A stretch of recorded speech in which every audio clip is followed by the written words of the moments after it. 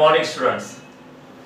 Now in today's lecture we are going to discuss a important article, that is theoretical proof of E is equal to minus d phi by dt. देखिए last lecture हमने electromagnetic induction से related 3 laws देखे थे, है ना, या फिर हम उसे 3 laws of electromagnetic induction.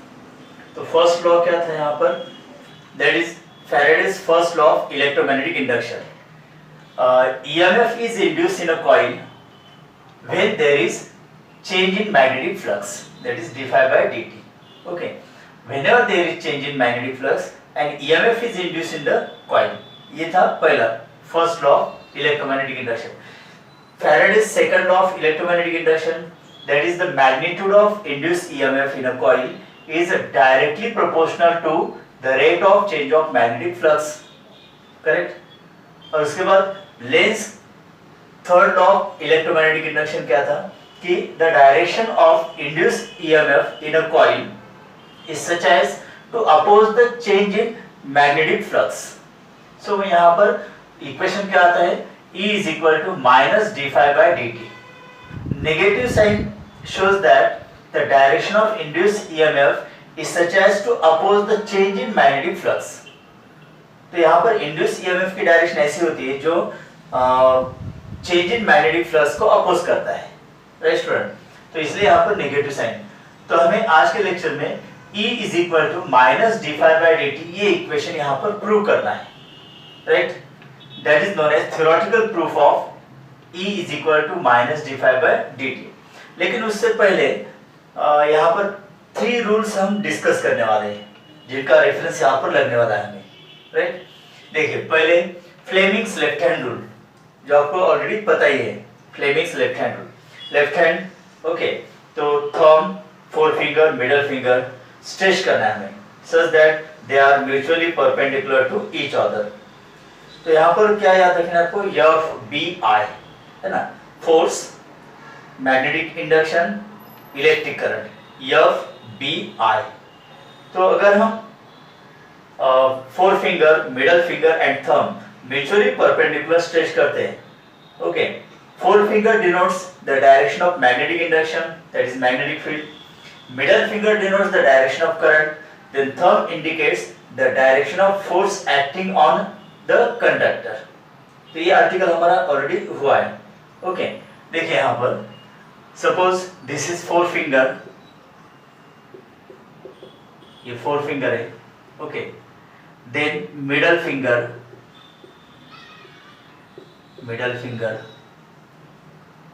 Okay. And let this is thumb, ये थंब है यहाँ पर. तो हमें याद रखना है F B I, F B I मतलब thumb, four finger, middle finger. ये शॉर्टली यहाँ पर लिखा है thumb, four finger, middle finger, F B I, okay. तो फोर फिंगर पर क्या होना चाहिए, मैग्नेटिक फील्ड की डायरेक्शन.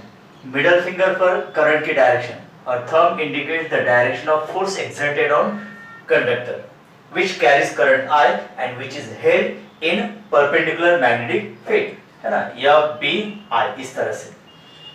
तो यहाँ पर कंडक्टर के ऊपर फोर्स कितना एक्ट होता है, उसके लिए formula F is equal to I B L. ये फॉर्मूला है. I मतलब current carrying through any conductor, okay. B का मतलब मैग्नेटिक इंडक्शन, और L का मतलब लेंथ ऑफ द कंडक्टर. तो ये जनरल फॉर्मूला है यहाँ पर IBL sin थीटा, ये वाला फॉर्मूला है एक्चुअल में. तो हमेशा हम क्या करते हैं कि करंट की डायरेक्शन, मैग्नेटिक फील्ड की डायरेक्शन, ये दोनों, और लेंथ की डायरेक्शन, मतलब angle theta is nothing but the direction और angle between magnetic induction and length. तो अगर वो 90 डिग्री होता है, बिकॉज देखिए करंट की डायरेक्शन, उसके बाद मैग्नेटिक फील्ड की डायरेक्शन, और जो लेंथ होता है कंडक्टर की लेंथ, विच आर परपेंडिकुलर. तो इनके बीच एंगल थीटा कितना होगा, 90 degree. So theta is equal to 90 degree, sine 90 degree is equal to 1. So यहाँ पर जनरल फॉर्मूला क्या होगा, आई बी एल, ये फॉर्मूला होगा. If angle between conductor and मतलब length of the conductor and magnetic field के बीच अगर 90 डिग्री है, राइट एंगल है, तो वहां पर ये फॉर्मूला भी यूज करना है. IBL, current, magnetic induction and length of the conductor. So this is Fleming's left hand rule. Okay, देखिए लेफ्ट हैंड के थंब, फोर फिंगर और middle finger perpendicularly to each other stretch करने। अगर four finger यहाँ पर magnetic induction की direction denote करता है, उसके बाद middle finger current direction point करता है, तो thumb indicate the force acting on the conductor carrying current which is held in the magnetic field. Okay, तो फोर्स की डायरेक्शन हम लेफ्ट हैंड रूल से निकाल सकते हैं। तो लेफ्ट हैंड रूल के लिए यह BI ये याद रखना है आपको। उसके बाद और एक रूल है यहाँ पर, फ्लेमिंग्स राइट हैंड रूल। अब राइट हैंड लेना है हमें, ठीक है। तो फ्लेमिंग्स राइट हैंड रूल, तो राइट हैंड रूल मतलब यहाँ पर भी क्या करना है आपको, thumb, four finger, middle finger stretch करने such that they are mutually perpendicular to each other, ठीक है। देखिए suppose this is four finger है यहाँ पर, this is middle finger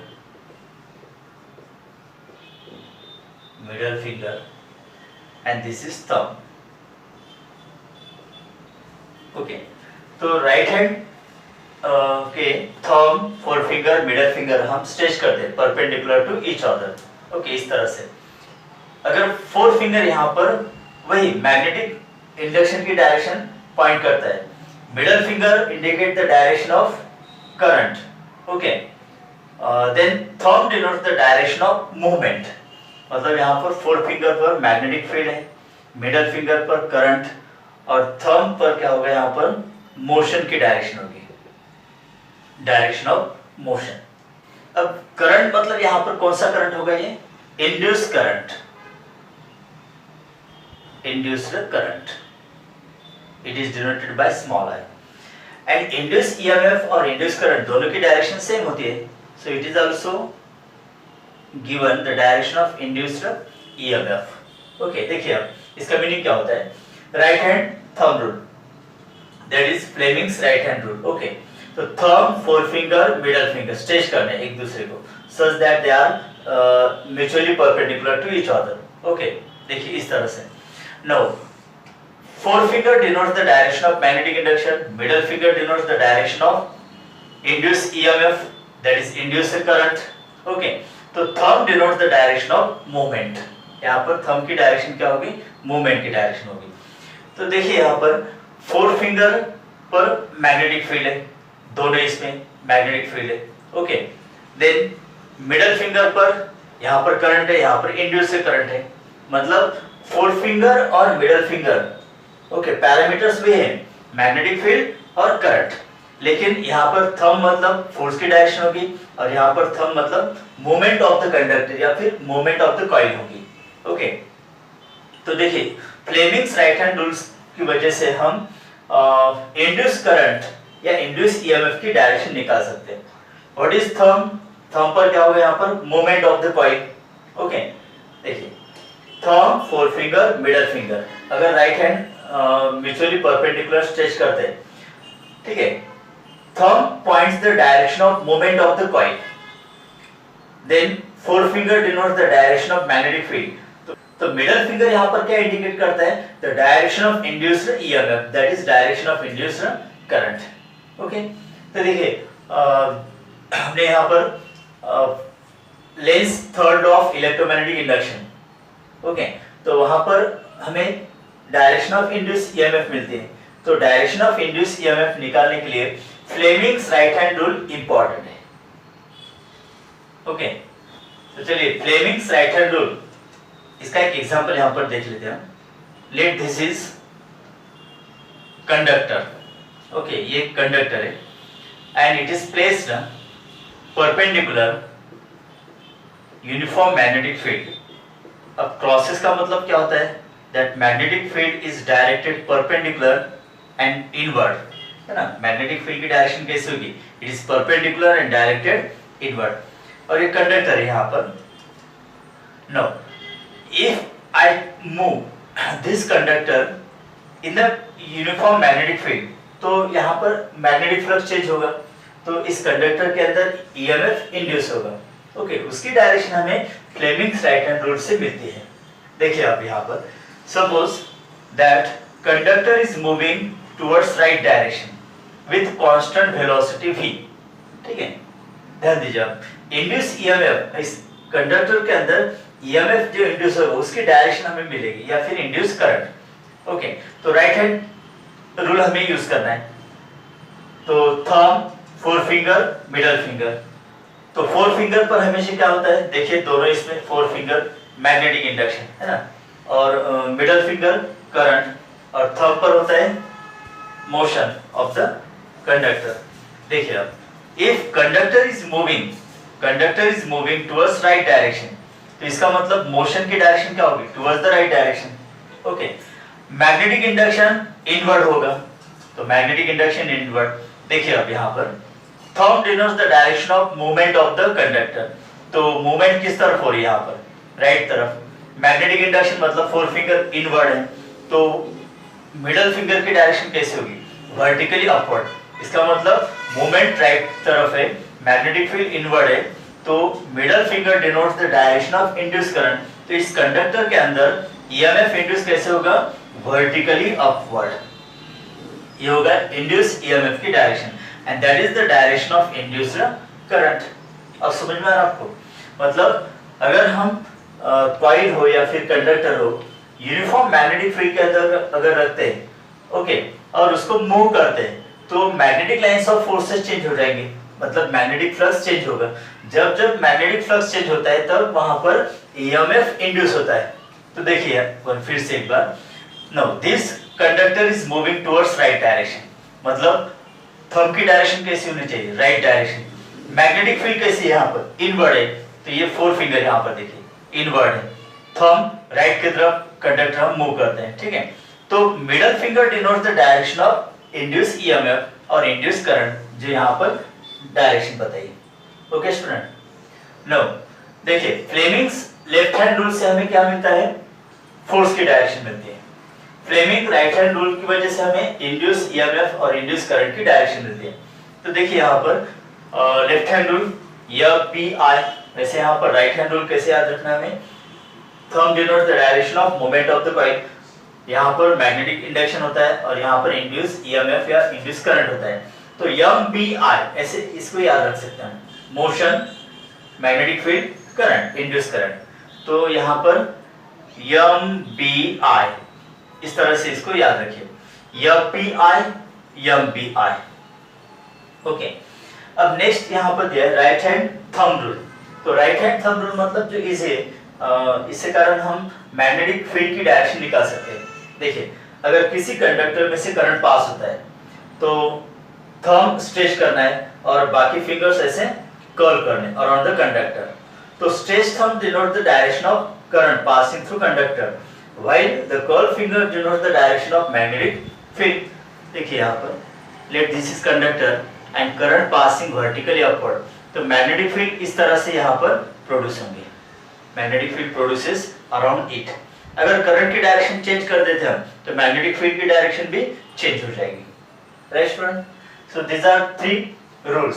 Fleming's left hand rule की वजह से हमें फोर्स की डायरेक्शन मिलेगी कंडक्टर के ऊपर। फ्लेमिंग्स राइट हैंड रूल की वजह से हमें कंडक्टर अगर हम मूव करते हैं in the presence of uniform magnetic field तो उसमें इंड्यूस ईएमएफ की डायरेक्शन क्या होगी, ये यहाँ से मिलती है। ओके, और राइट हैंड थंब रूल की वजह से अगर किसी कंडक्टर में से करंट पास होता है तो अराउंड इट मैग्नेटिक फील्ड की डायरेक्शन हम निकाल सकते हैं। ओके, तो चलिए अब theoretical proof of lens law है ना, ये लेंस लॉ है यहाँ पर, लेंस लॉ ये हम यहाँ पर डिस्कस करते हैं। No consider rectangular coil P Q R S, एक रेक्टेंगुलर कॉइल है। Okay, no as shown in figure, इसका जो पोर्शन होगा यहाँ तक का, no it is placed in uniform magnetic field. अब इस क्रॉस का मतलब क्या होता है, that is the direction of magnetic field. Okay, perpendicular and directed, perpendicular and directed inward। तो एक रेक्टेंगुलर कॉइल है PQRS, ओके, और उसका मैक्सिमम पोर्शन देखिए यहाँ पर मैग्नेटिक फील्ड के अंदर है, ओके, और इतना जो पोर्शन होगा कॉइल का that is out of the magnetic field. और मैग्नेटिक फील्ड की डायरेक्शन कैसी है यहाँ पर, क्रॉस दर्शाया है यहाँ पर, है ना। तो क्रॉस का मतलब क्या होता है, magnetic field is perpendicular and directed inward, इस तरह से। तो फ्रेम ऑफ द कॉइल जो होगी PQRS, that magnetic field is perpendicular to the frame of the coil PQRS. No, let the side PS and QR is L, ये side L होगी, okay, और PQ और SR सपोज यहाँ पर B है। Magnetic induction capital B से हम दर्शाते हैं, that is perpendicular directed inward, okay. No, अब यहाँ पर क्या करना है देखिए, अगर ये कॉइल रेस्ट है in the presence of uniform magnetic field तो वहां पर मैग्नेटिक फ्लक्स चेंज होगा क्या, नहीं। ईएमएफ इंड्यूस करने के लिए मैग्नेटिक फ्लक्स में चेंज होना जरूरी है, that is first law, whenever there is change in magnetic flux and EMF is induced in the coil. तो यहाँ पर हमें कॉइल को मूव करना होगा, बाहर की तरफ खींचना होगा या फिर अंदर की तरफ ढकेलना होगा, ताकि मैग्नेटिक फ्लक्स चेंज हो जाए और इस कॉइल के अंदर EMF इंड्यूस हो जाए, ओके। तो चलिए इस कॉइल को हम क्या करते हैं, बाहर की तरफ मूव करते हैं विथ वेलोसिटी v, मतलब consider the coil is moving away from the magnetic field towards the right direction with constant velocity v।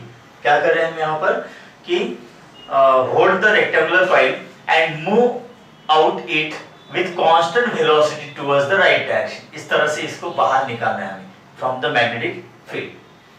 तो कॉइल यहाँ पर मैग्नेटिक फील्ड से बाहर आ रही है, okay, with constant velocity v। Now, अब जैसे इस कॉइल को हम बाहर की तरफ खींचेंगे ऐसे with constant velocity, तो area of the coil which is present in magnetic field goes on decreasing। इसका मतलब मैग्नेटिक फ्लक्स यहाँ पर कम हो जाएगा, डिक्रीजिंग रहेगा, तो फिर यहाँ पर EMF इंड्यूस होगा।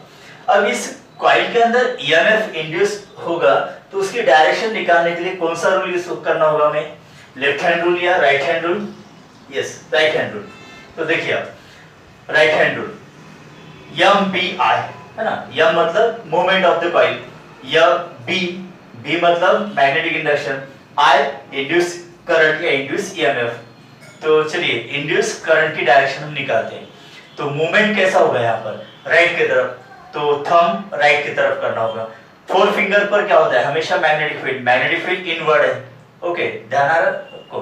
तो PS कंडक्टर पर देखिए, PS conductor moving towards right direction, magnetic field inward, तो इंड्यूस करंट की डायरेक्शन कैसे होगी, अपवर्ड होगी। यहाँ पर करंट की डायरेक्शन कैसे होगी, अपवर्ड। तो ये यहाँ पर होगा I, current upward, induced current है इसलिए small I, and that is the direction of induced EMF। तो ये जो करंट होगा इस तरह से यहाँ पर फ्लो होगा थ्रू द कॉइल।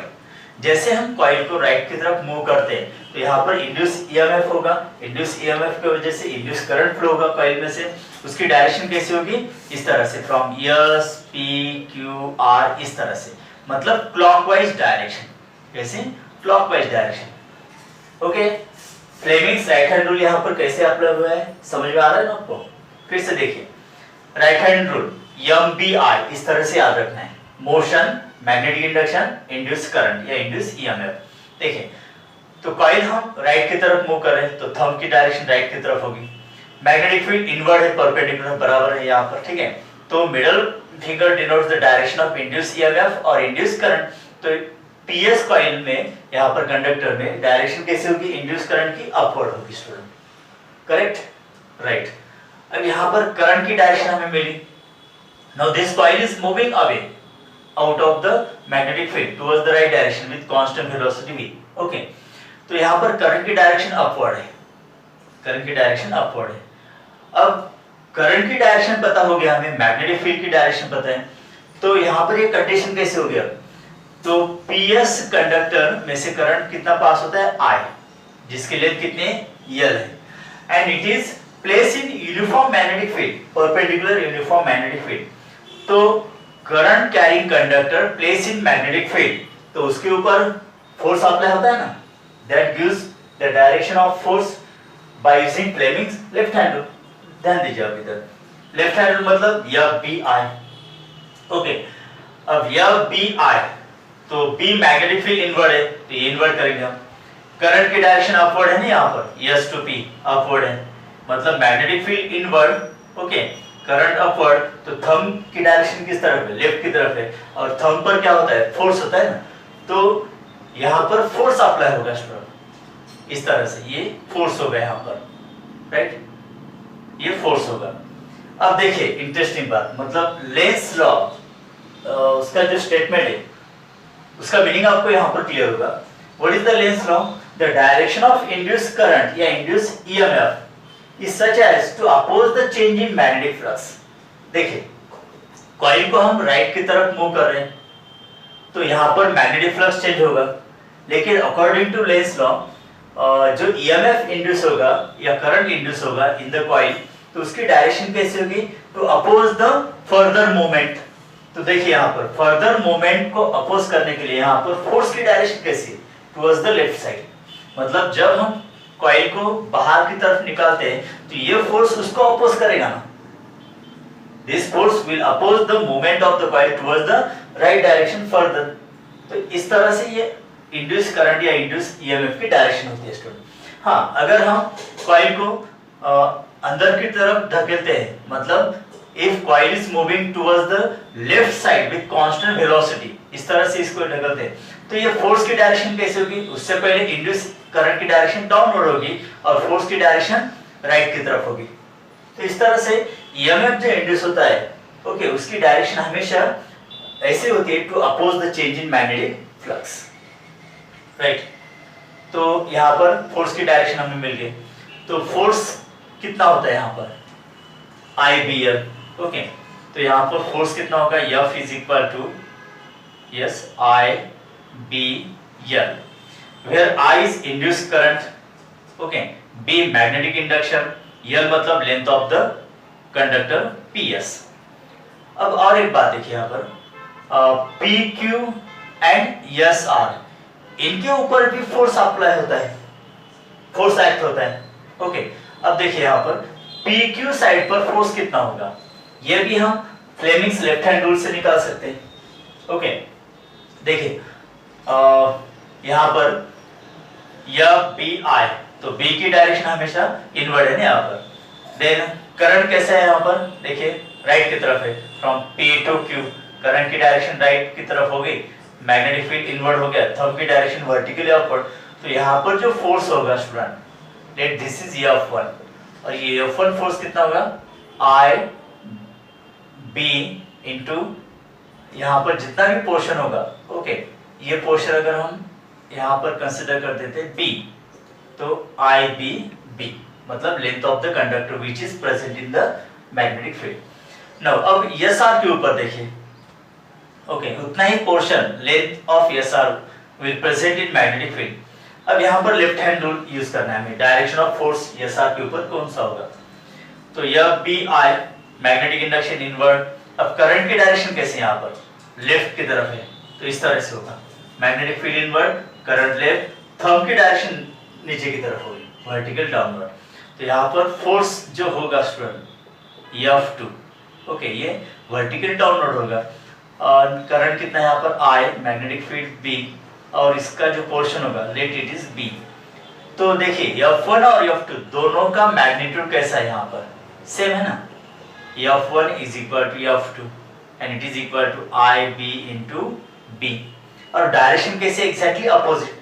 तो F1 और F2 दोनों फोर्स कैंसिल हो जाएंगे, they cancel out each other because magnitude same है और डायरेक्शन एग्जैक्टली अपोजिट है, तो F1 और F2 एक दूसरे को कैंसिल कर देंगे यहाँ पर, तो इसका इफेक्ट नील हो जाता है, मतलब F1 और F2 cancel out the effect of each other, force का इफेक्ट यहाँ पर कैंसिल आउट हो जाता है, मतलब only one force remaining and which is acting on side PS towards the left side when we are moving the coil towards the right side.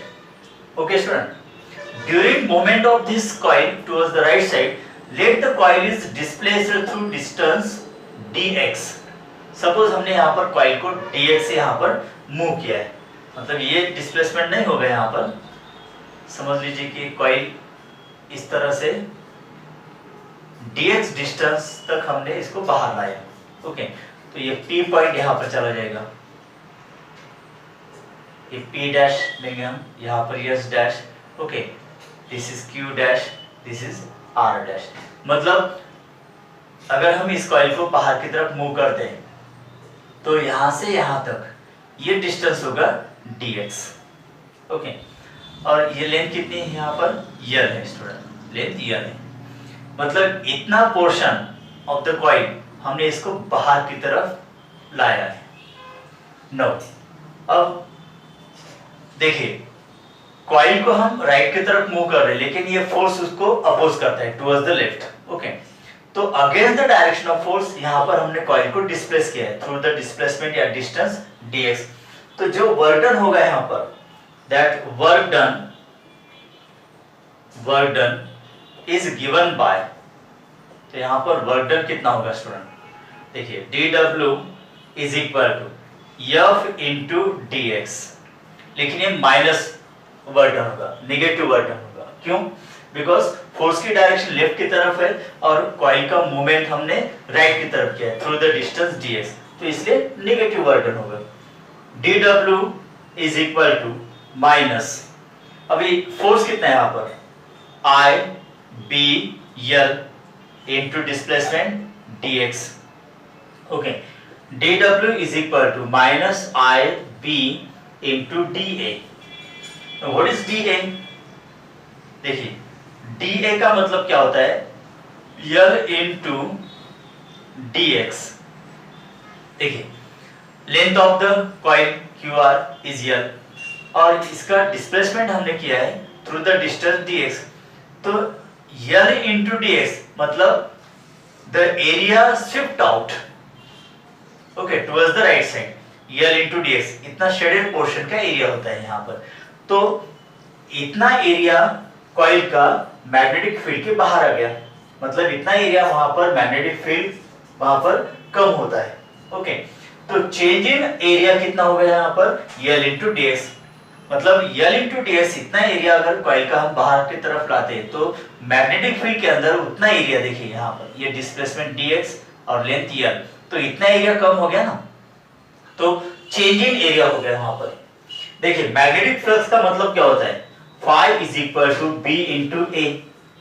Okay, तो यहाँ पर A के जगह पर हम चेंज इन एरिया लिखते हैं dA, तो ये क्या हो गया यहाँ पर, change in magnetic flux, that is change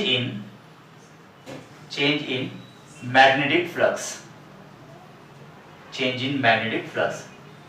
ध्यान दीजिए जो जनरल फॉर्मूला है हमारा, phi is equal to B into A, ये वाला जनरल फॉर्मूला है ना, magnetic flux is equal to magnetic induction into area. देखिए मैग्नेटिक फ्लक्स कब कब चेंज हो सकता है, magnetic flux can be change if area changes. देखिए जैसे यहाँ पर एरिया L into dx, इतना एरिया हमने बाहर की तरफ कॉइल को मूव किया है राइट की तरफ, तो इतना एरिया कम हो गया ना मैग्नेटिक फ्लक्स का, तो मैग्नेटिक फील्ड के अंदर इतना एरिया अगर कम हो जाता है तो मतलब देखिए यहाँ पर पहले अगर 1000 मैग्नेटिक लाइंस ऑफ फोर्स होंगे, अब एरिया हाफ हो गया, तो यहाँ पर कितने magnetic lines of force pass होंगे थ्रू द कॉइल, 500, हाफ। तो इसका मतलब मैग्नेटिक फ्लक्स चेंज हो गया ना, तो मतलब due to change in area और एरिया शिफ्टिंग की वजह से यहाँ पर मैग्नेटिक फ्लक्स चेंज हो जाता है, या फिर एरिया उतना ही रखते हम और मैग्नेटिक इंडक्शन की वैल्यू अगर चेंज कर देते मतलब dB into A, तो ये d5 हो जाएगा। तो मैग्नेटिक फ्लक्स के अंदर दो तरह से चेंज हो सकते हैं, एक तो एरिया चेंज होने के कारण, दूसरा मैग्नेटिक फील्ड की वैल्यू चेंज होने के कारण, और एक थर्ड चेंज हो सकता है कैसे कि मैग्नेटिक फील्ड और एरिया दोनों की वैल्यू अगर चेंज हो जाती है तो फिर यहाँ पर मैग्नेटिक फ्लक्स चेंज हो जाएगा। ओके स्टूडेंट, तो यहाँ पर मैग्नेटिक फील्ड की वैल्यू तो फिक्स है, एरिया शिफ्ट आउट हो गया मतलब एरिया कम हो गया यहाँ पर, तो इसलिए यहाँ पर मैग्नेटिक फ्लक्स के अंदर चेंज आ जाता है। ओके, और इस मैग्नेटिक फ्लक्स चेंज की वजह से यहाँ पर EMF इंड्यूस होता है, राइट स्टूडेंट। तो अब यहाँ पर देखिए dW is equal to minus I, okay, into अब B into dA, magnetic field into change in area, magnetic field into change in area, that gives change in magnetic flux, that is denoted by d phi. तो यहाँ पर हम B into dA के जगह पर d phi लिखेंगे student, okay. Let this is equation number 1. No, अब ये तो मैकेनिकल वर्क डन हो गया, माइनस आई into d phi, right. No, electrical work done क्या होगा, मतलब यहाँ पर इन टाइम dt, अगर हम कॉइल को dx डिस्टेंस से शिफ्ट आउट करते हैं फ्रॉम द मैग्नेटिक फील्ड, तो इतना dw is equal to minus I into dt. Now in the same time जब इंड्यूस ईएमएफ होगा यहाँ पर, वो भी इस कॉइल को अपोज करेगा टू मूव आउट, तो that work done is given by electrical work done. उसका फॉर्मूला क्या होता है generally, work done is equal to charge into potential, ये फॉर्मूला है ना, मतलब dw is equal to dq into v, ये फॉर्मूला है. w is equal to q into v, बराबर है, और v is equal to w by q, ये आपको फॉर्मूला हुआ है ना 9th और 10th में. Electric potential at any point in electric field is given by the work done per unit charge to bring from infinity to the given point. Okay, तो W is equal to Q into V. तो यहाँ पर small work done अगर होता है तो dW is equal to dQ into V. Okay. Current का meaning क्या होता है, I is equal to dQ by dt, right? तो dq के लिए इक्वेशन क्या होगा फिर, I into dt, इस दोनों का प्रोडक्ट. तो चलिए यहाँ पर कंप्लीट कर दे. dw is equal to dq का मतलब I into dt, ओके. अब यहाँ पर पोटेंशियल मतलब इंड्यूस ईएमएफ है ना, तो v के जगह पर हम इंड्यूस ईएमएफ मतलब E लिखते हैं, ओके. सो इसका मतलब क्या होगा, dw is equal to I E dt, okay. This is equation number 2. देखिए ये मैकेनिकल वर्क डन है और ये इलेक्ट्रिकल वर्क डन है, दोनों का मैग्नीट्यूड सेम होता है, दोनों की वैल्यू सेम होती है यहाँ पर, ठीक है स्टूडेंट. तो comparing equation 1 and 2 we get dw is equal to dw, मतलब dw electrical is equal to dw mechanical. तो dw इलेक्ट्रिकल क्या है, electrical work done, I E dt is equal to mechanical work done minus I into d phi, okay. तो E is equal to, देखिए I get cancel, minus d phi, अब ये dt इधर denominator में चला जाएगा, तो यहाँ पर ये इक्वेशन हमें मिलता है student, E is equal to minus d phi by dt. तो E का मतलब क्या होगा यहाँ पर, induced EMF in the coil when coil is moving through magnetic field, okay, is equal to minus d phi by dt. What is d phi by dt? That is rate of change of magnetic flux, okay. और negative sign indicate that the direction of induced EMF is such as to oppose the change in magnetic flux. देखिए coil हम right की तरफ move कर रहे हैं तो magnetic flux change हो रहा है यहाँ पर. अब ये magnetic flux चेंज नहीं होना चाहिए, इसलिए ये फोर्स यहाँ पर जनरेट हो गया है ना. अब ये फोर्स क्यों जनरेट हो गया, बिकॉज ये करंट की डायरेक्शन मतलब इंड्यूस ईएमएफ और इंड्यूस करंट की डायरेक्शन, तो ये फोर्स इस कॉइल को राइट की तरफ मूव होने से अपोज करेगा. तो ये इंड्यूस करंट की डायरेक्शन ऐसी होती है जो मैग्नेटिक फ्लक्स अगर चेंज होता है तो उसको अपोज करता है, राइट स्टूडेंट. तो E is equal to minus d phi by dt, ये यहाँ पर लेंस लॉ प्रूव होता है. This is known as theoretical proof of lens law, okay.